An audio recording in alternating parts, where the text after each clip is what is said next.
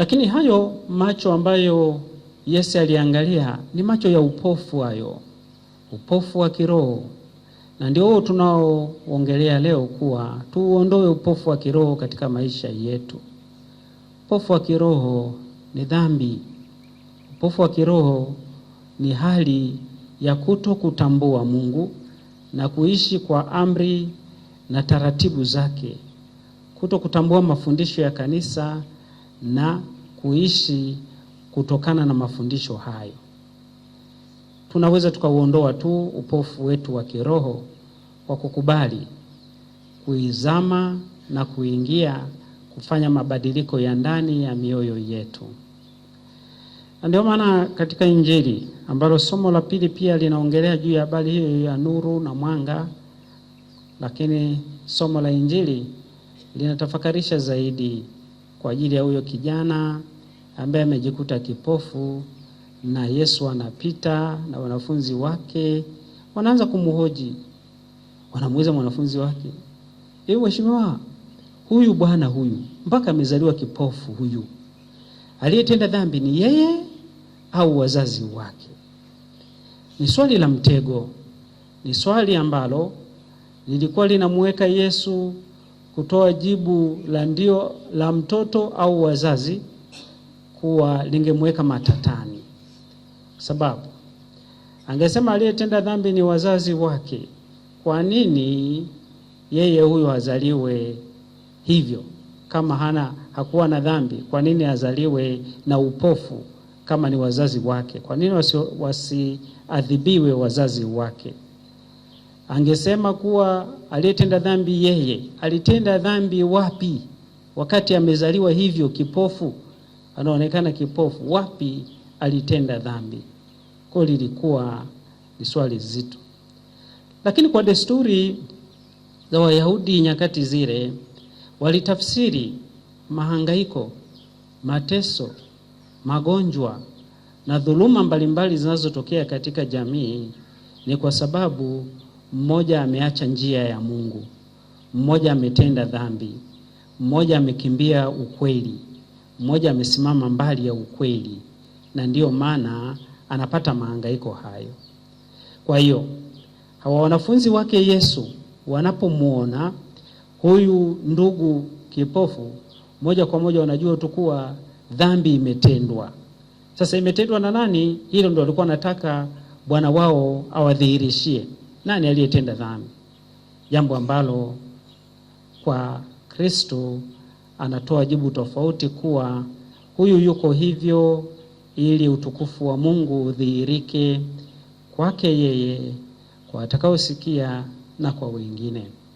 Anakusudia na anaamua kumponya, kumfumbua macho ili apate kuona. Na anapoona anatembea, watu wanachukizwa sasa. Wanaanza kuulizana, sio huyu? Yeye anasema mimi ndiye yule kipofu. Anasema umekuwaje sasa hivi? Anawajibu vizuri kwa uhakika kuwa mimi nilizaliwa hivi, lakini yupo bwana mmoja amenifumbua macho. Huyo nani huyo? Na yuko wapi? Sasa kwa yuko wapi mimi sijui. La ninachojua kuwa mimi kanifumbua macho. Ili ni swala la msingi kwangu, kuwa kanifumbua macho. Na tuelewe kwa kweli ndugu zangu, furaha, faraja, amani, utajiri na nguvu ya huyu kipofu ilikuwa si mali, si kitu kingine chochote, utajiri wa namna yeyote, ila alihitaji tu kuona. Alihitaji kufumbuliwa macho. Alihitaji kusimama ili aweze kuendelea mbele. Baada ya macho kufumbuliwa, hayo mambo mengine angeyatafuta akiwa na macho yake yangali yanaona. Lakini tabu kubwa ya kufungiwa macho yake, kutokuona, ilimtesa, ilimnyanyasa na ilimhangaisha katika maisha. Kwa hiyo mjadala huu unaenda mbali. Wanawaita wazazi wake. Wazazi wanakataa, hawakubali ukweli. Wanaogopa kuwa tukisema kuwa yupo kweli mtu amesaidia, tutaingia katika matata. Wanasema sijui. Na hili jibu la sijui tunalo wengi, hata kina sisi. Wakina sijui tuko wengi. Hata sasa hivi ukitoka tu, ukiulizwa hivi leo umesali wapi? Nasema sijui. Wakati unajua umesali wapi. Upo huko. Wewe mwanachama wa Rita Wakasha? Sijui. Wakati wewe ni mwanachama. Jibu la sijui linaficha ukweli. Na hao wazazi wameficha ukweli wa tukio la uponyaji wa mtoto wao. Fikiri jambo jema namna hiyo, mtoto wao kapona. Badala ya kusimama na kushangilia na kufurahi, jibu linakuja sijui, wanaogopa. Tunaogopa watu wengi kuusema ukweli.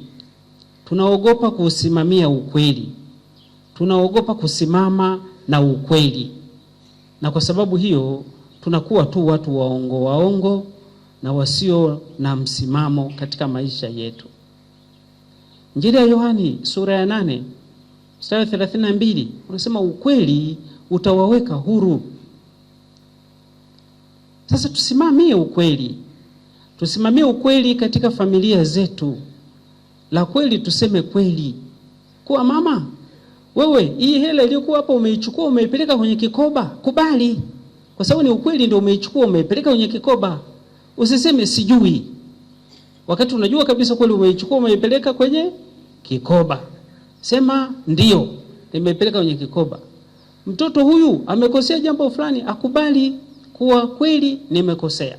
Baada ya hapo familia ianze na ichanue upya kwa kuanza kuweka misingi mizuri ya kusaidiana ili kukua kwa pamoja. Lakini kama tunashindwa kusimamia ukweli, tutateseka.